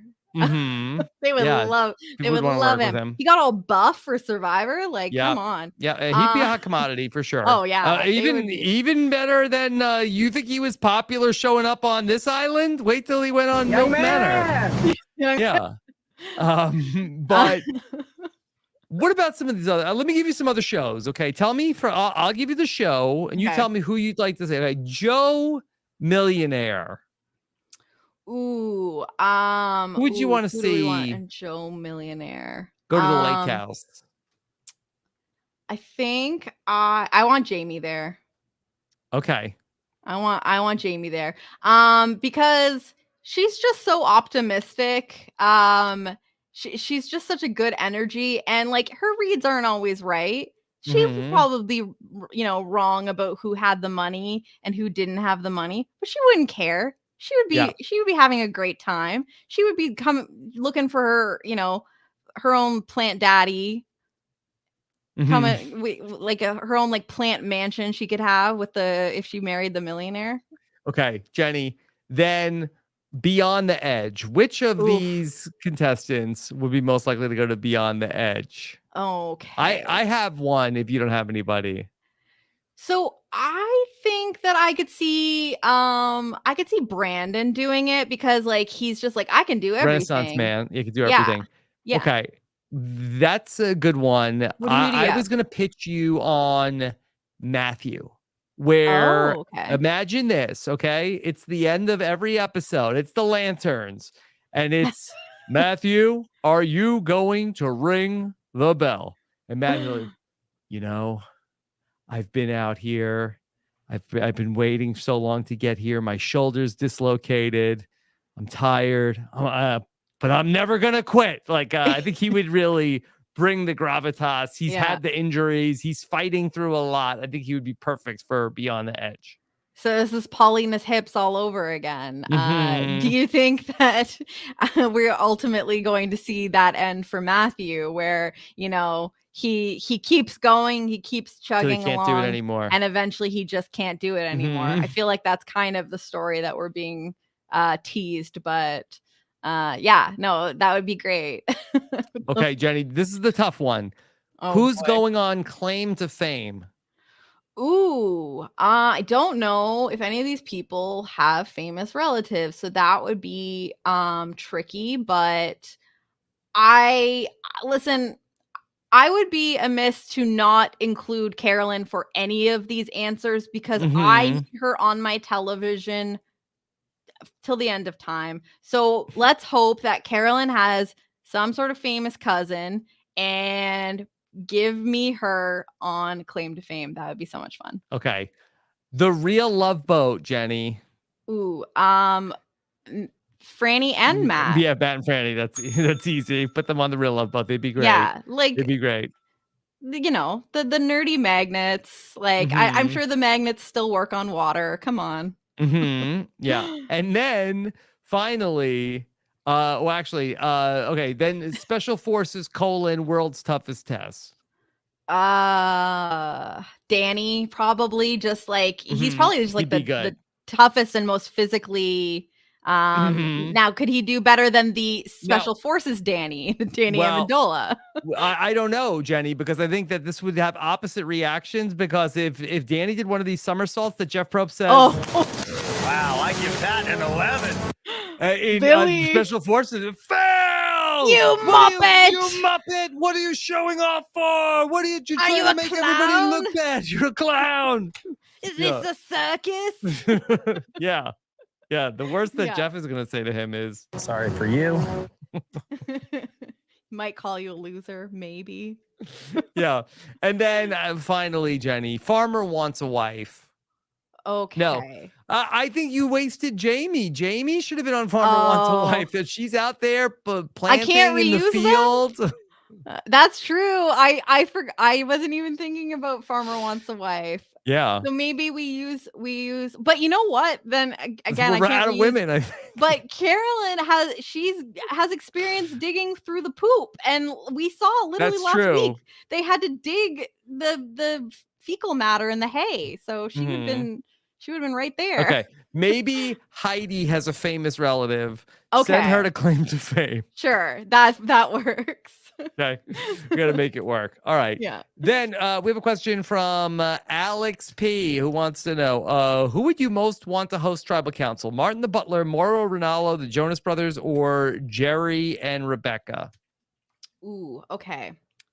That's so hard. I love them all for different reasons, but I mean, like, the lanterns is the closest thing to Tribal Council. So I think that like Morrow is probably like the most experienced in terms of like trying to do what Jeff Probst does.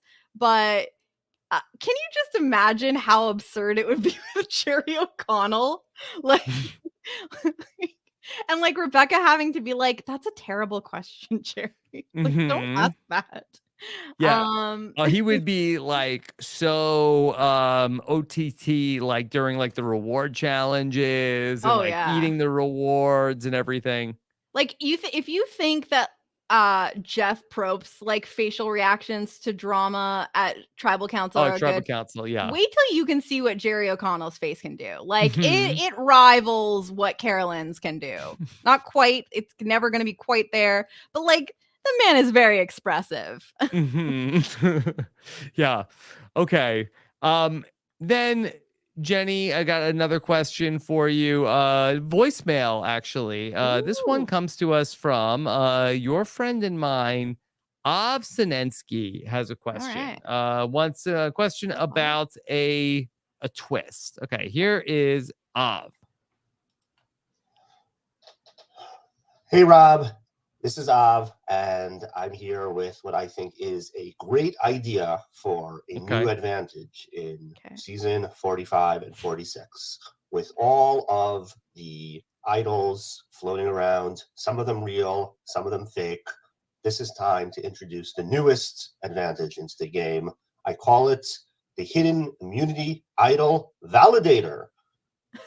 The holder of the Hidden Immunity Idol Validator has the ability to take any item and put it inside the validator, and it will tell you, is this a real idol or a fake idol? This will bring immense power into the game with all the dozens of trinkets floating around to be able to determine which is real and which is fake. Of course, this will result in season 47 and 48 with a player bringing into the game the fake Hidden Immunity Idol Validator. As mass chaos will ensue. Okay, Jenny, what do you think? I mean, the fact that we have reached a place where this is a necessity, where the knowledge, the true knowledge is power, is figuring out if the thing that you own is real or not. Yeah. This is not something I ever thought that we would be at. The fact that there are, just as many fake things in the game as real things, that you're like at a 50-50 chance anyway. Well, we need a validator. I mean, David Bloomberg suggested using the knowledge is power on yourself. Yeah, I mean, like That was pretty good. Yeah, I mean, after this season, I think that that's going to be, what people are thinking about, because like once you've seen how many fake things are in the season, you're never going to feel safe ever again. You're never going to want, like, that's the frustrating thing, is these people, like, production have put all of these things in the game thinking that it's going to increase the chances that things will get played. And because, like, and Shannon talked about this week, where she's saying, like, they overcorrected from the 41 to 43, where like basically no idols were played. And so now they're really trying to ensure that it happens. But like after this season, and they see how many of these fake things are in the game and look exactly like real idols, no one is going to have trust in anything they find ever again. And I bet you people are not going to play them because they don't want to be humiliated. Like, don't you think that that's a real possibility here? Is there the need for the validator? What does it look like? Yeah, I don't know if you can really have the validator, but I think it is a good point where if enough people get burned on fake idols, I do think that every idol play is going to be like, all right, I found the thing. Yeah. Is it real? I don't know. Here's it my... becomes so like the confidence and swagger that like someone can have when they play an idol, like, is one of the best parts of an idol play. Like, now we're going to get people meekly like approaching Jeff being like, I don't know. I don't think I'm going home tonight, but maybe I am. Maybe I am. Like, I don't know if I need this, and I also don't know if it's real, so let me know. Like, that's just... that you're just letting the air out. Like, that sucks. I don't know. Yeah. I feel like at one point a couple of years ago, I don't remember exactly what twist caused me to say this, but I had the idea of sort of like a barcode scanner that you could tell. But I honestly, I don't even remember what it was in regards to. I want to say it was around Winners at War. I don't remember what it was, which advantage it pertained to. I mean, the fact that this has become relevant again, I don't know what that tells us. Okay. But like, is this what is the I really want to explore what does the validator look like, because it's not it's is it just a twist where you can like do something at the urn at tribal council where you can like swipe it underneath something and it'll tell you whether it's good or not, so you'll know whether you can play it or not? Like I don't understand what this could look like, but it's a hilarious concept. In a sad maybe it's some way. sort of like a metal detector or something like that. I don't know. I mean, I think it's Yeah. basically knowledge is power. Yeah. But maybe it's like some sort of like a booth or something. But you have to have the item, right? To like because I it's don't not know. like it's not like knowledge is power where you can be like, yes, I would like to know so and so is your thing real? Can I get a Whatever price it is. check on the idol nullifier? Yeah. Is this legit? Okay. Is this legit? Saucy Lemon 28 wants to know which farmer on Farmer Wants a Wife would do the best on Survivor 44. Okay. Well, I think the knee-jerk reaction is probably Ryan, because like Yeah. we've got game. seen- He's got game. Definitely not Alan. Alan cannot even pretend to like people. And even the people he does like, he's not convincing that he even likes them. So I don't know that he's got the social game. Hunter, I also feel like doesn't have a good poker face, like seeing how he was with Talia. I do think that he's good socially when he likes people, but I don't know that he can win everyone over. Yeah, and probably not Landon. Is that his name? Oh my god, I'm already forgetting. Landon. Yeah. Landon isn't giving enough. So Landon would be like the kind of ally where it's like I don't know, they just don't talk enough strategy. Like they're not really giving me anything. So I think that based on how everyone is just going wild for Ryan, he's just got something about him. He's got a Musk. I think that He's got whoa. Oh my god. he must, right? Yeah. All right. Let's see. This is a clip that I wanted to play. That I noticed something when Sarah grabbed the idol. We didn't really talk too much about Carolyn and the red X. Of course, Carolyn hid the idol. She made the red X, and then ultimately Sarah found it. Sarah said this. And I grab it with my underwear without anyone seeing. Okay.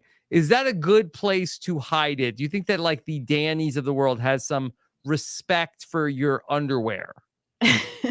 I mean, I didn't see exactly how thorough Danny's search was. I don't know if he was unrolling underwear. I also don't know how much underwear is in people's possessions on Survivor. I know we're not quite like we're not in Nick we're not in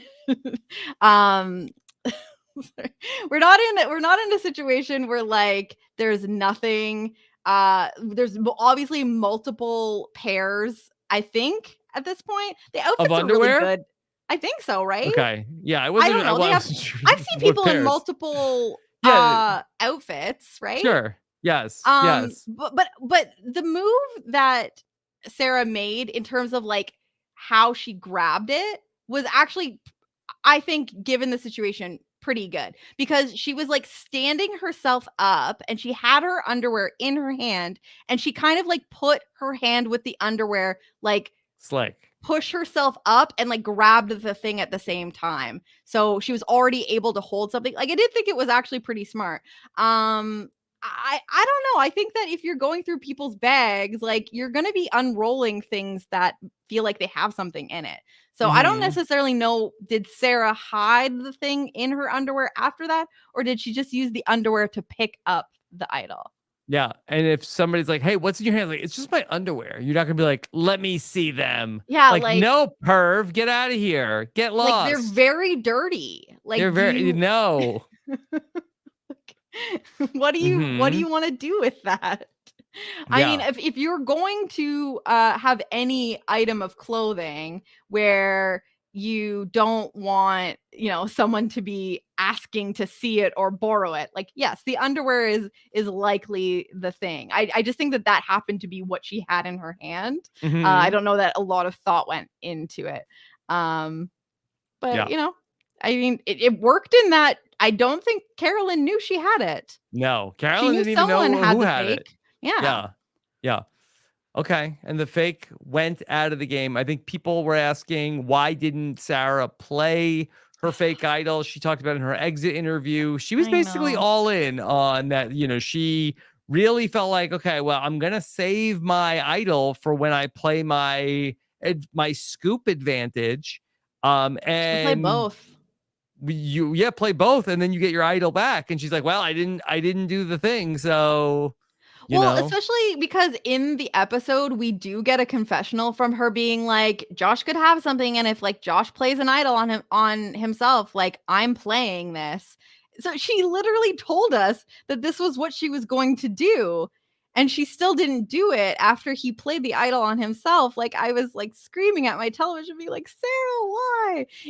Obviously, I guess it worked out for her. She didn't get humiliated, but I just don't understand. With the information you have at that time, you have the ability to at least guarantee yourself, even if there's some sort of loophole where like you can't get your own advantage back, like you can't get your own idol back with the whatever it's called, was it the inheritance advantage? Yeah, she knows that she can get Josh's, like something's being played, but she has to play that before the vote. That's the other thing. Before is like the that vote, yeah. So but they very much were I think that she was banking on that that the best case scenario was going to be Josh is not playing his idol. He's getting voted out with it. I don't need my idol. I'm saving my advantage for a rainy day. This is going to, I still have this perfect plan. And ultimately, she went home with like all of her perfect plan left unused. I mean, it's very easy for us to criticize this from like the situation that we're at with the information we have. But I do really struggle with, even if you didn't want to play the idol because you don't think the votes are coming your way, if you have an extra thing that could guarantee you getting another thing after, like, why not play, worst case scenario in your thought process as Sarah at this point, because we know that she thought that if Josh was playing the idol, that the votes were going to go to Jam Jam. So in a worst case scenario here where Josh idols himself, Jam Jam goes out, at least you get Josh's idol after that. And now you, in your eyes, have lost your closest ally, but you have two idols now. Like, I can understand maybe not wanting to use the idol, but I would think that would be a perfect opportunity to play the inheritance. Right. Don't let perfect be the enemy of good. Yes, exactly. Okay. But it's okay. She didn't get humiliated. Like, what a great feeling to eventually find out that the thing you've been kicking yourself over not using would not have helped you anyway. Yeah, it's like you went in, you got like in a skydiving accident, and like you waited too long to like pull your parachute, and you perished very sadly, and you got to heaven, and they told you, just so you know, your parachute didn't work. You'd be like, oh, okay. Oh my God. I was like beating myself up. Like it wasn't on you that you pulled it too like late. It was a defective parachute. Like, oh, okay. Yeah. I thought I did something wrong. Okay. Does that make you feel that much better? This is so dark. It's dark. I think you're like, then you're just really mad at like the company that, manufactured the parachute. So maybe at this point, Sarah's sitting there cursing Carolyn, production. or Carolyn, yeah, yeah, who planted it. Yep. Yeah, that's true. Jenny, anything else about Survivor 44 that you want to talk about? What have I not gone to? I feel like we've gone to a lot of this. Actually, one thing I did want to mention was I almost feel like the disagreement. The levels of disagreement that happened at Tribal Council between Jam Jam and Carolyn, the Felicia of it all, where Jam Jam was, using this analogy of the new kid at school. And in this analogy, I'm assuming he's saying, okay, so there's this new kid that comes to school. That is Josh.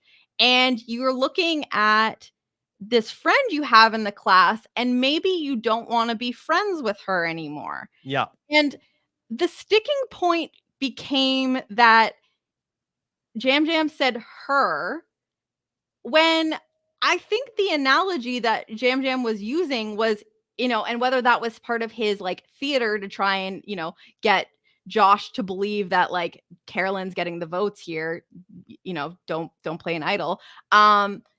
He's insinuating that Carolyn is the friend.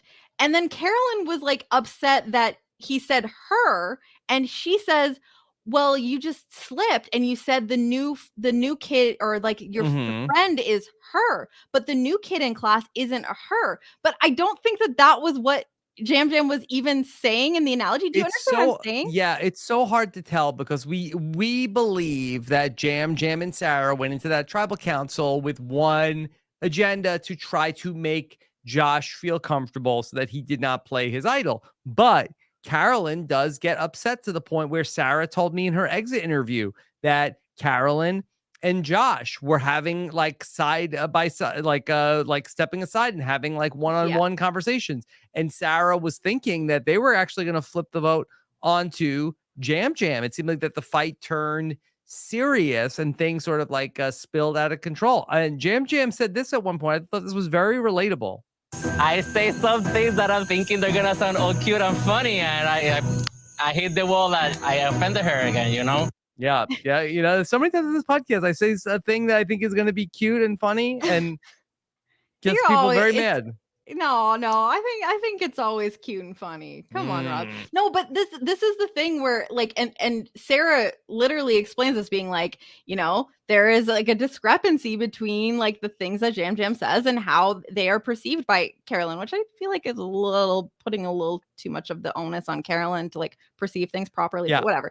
But I really truly felt like there was a misunderstanding on like what the actual problem was. Like, yes, he absolutely was insinuating like, hey, there's a new kid here, maybe I want to be friends with him, and this old friend I have in the class, maybe I don't want to be friends with her. But in that analogy, no matter what, the point is he's going to say her because the old friend is either Carolyn or Sarah. So I just like, and then Jeff even pointed, he's like, oh, because he said her, but it was like, yeah, because that statement wouldn't have made sense if he didn't say her. Anyway, I just felt like even though the way that he was playing it was wrong in the first place and had already gotten himself to a situation where, Carolyn felt burned and like, not appreciated by Jam Jam and Sarah. Like the damage was done already, but I felt like this was a perfect example of like the miscommunication between the two of them,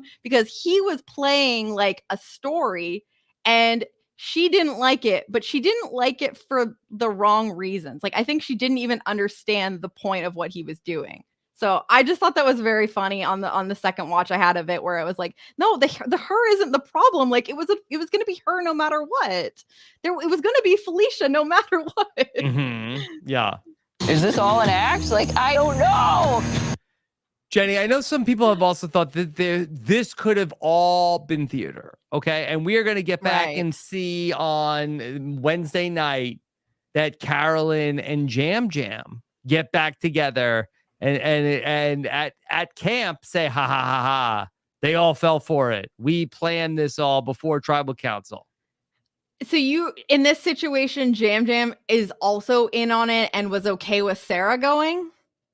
I've heard that theory this week. I don't know about that. I don't think so. I think that they get back to camp, and I do think that they work things out, but I don't think that Jam Jam was in on this going into tribal council. I definitely think there is a very, very good chance that they make amends and can work past this. I don't think it's a foregone conclusion that Carolyn making this move means that she's all in on Josh. But I don't necessarily think that the tribal council went how Jam Jam wanted it to. So yeah, but we'll see.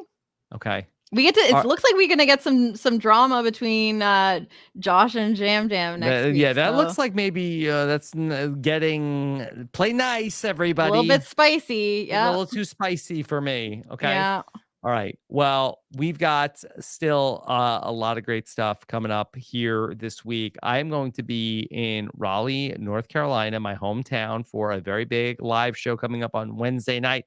So Stephen Fishback will be live with Survivor Know-It-Alls coming up on Wednesday night. So join Stephen live. And then I will have my live show from Raleigh coming up on Thursday, not to mention our Survivor exit interview, Jenny. This week, I did in my Survivor Burning Question a deep dive into whether or not survivors should ever lie about their job. Yes, I agreed with everything you said. The best thing you can do is just tone down the reality. Just reel it in a little bit. Reel it in. You don't have to come up with something completely different. That's too much. You need to be able to tell some truths about yourself. If you make up an entirely different career, you're going to have to leave out big parts of who you are as a person. That's how you connect with people. Yeah. And for whatever reason, people feel like very much that this is, I don't know if it comes from casting or if they're like, hey, but what are you going to tell people? But it seems like something that people are spending too much energy on. Yeah. I just think that people feel like they have to lie about so many situations. Their age, when I don't think it always matters. Their occupation, when it's like you can do other things in your social game to play down perceptions about a certain type of job, or you can just tone down the actual type of job it is. There's just a lot of different ways. I just think that in any situation where you're having to lie about things that you aren't even forced to, save your lying energy for when you're active in the game and you're presented with scenarios where you actually have to lie about them. Yeah. If you're starting off with lies, that's a lot to keep up. And I just feel like you're setting yourself up for a lot of work you're going to have to do. Yeah. So. Okay. All right. And then, of course, Jenny and I will be back to talk about episode number 4 of Farmer Wants a Wife. Yes, we will. Yeah. Get ready, baby. Jenny, what else is coming up for you? Honestly, just this and our hit or quit that I'm, really enjoying, that I feel like we have an idea of what we're working on now. And I like getting some input from the audience on whether they like what we're covering and if they have new ideas for us. So check that out on the new Hit or Quit feed. Is the feed set up? Go to robinswebsite.com/hit-or-quit-feed and check it out. Of course, you can let us know each week also if what we're covering is a hit or if you think we should quit at robinswebsite.com/hit-or-quit. Yeah. So I'm having a great time with that. Other than that, I was just so grateful to get some time to talk to you about something else and something that we all enjoy, even when there's 44 idols in the game. And I'm very grateful that we had such a fun and interesting episode to talk about. If anything else is coming along the pipes for me, I will post about it on social media. So follow me at Jenny Autumn. And yeah, that's it. I had a great time with this. Yeah, fun feedback show tonight. Be sure to check out everything else we have going on in our RHAP Ups feed, all of the Survivor podcasts coming your way if you missed anything or want some more coverage from a very interesting week. Thank you so much for joining us. Take care, everybody. Have a good one. Bye.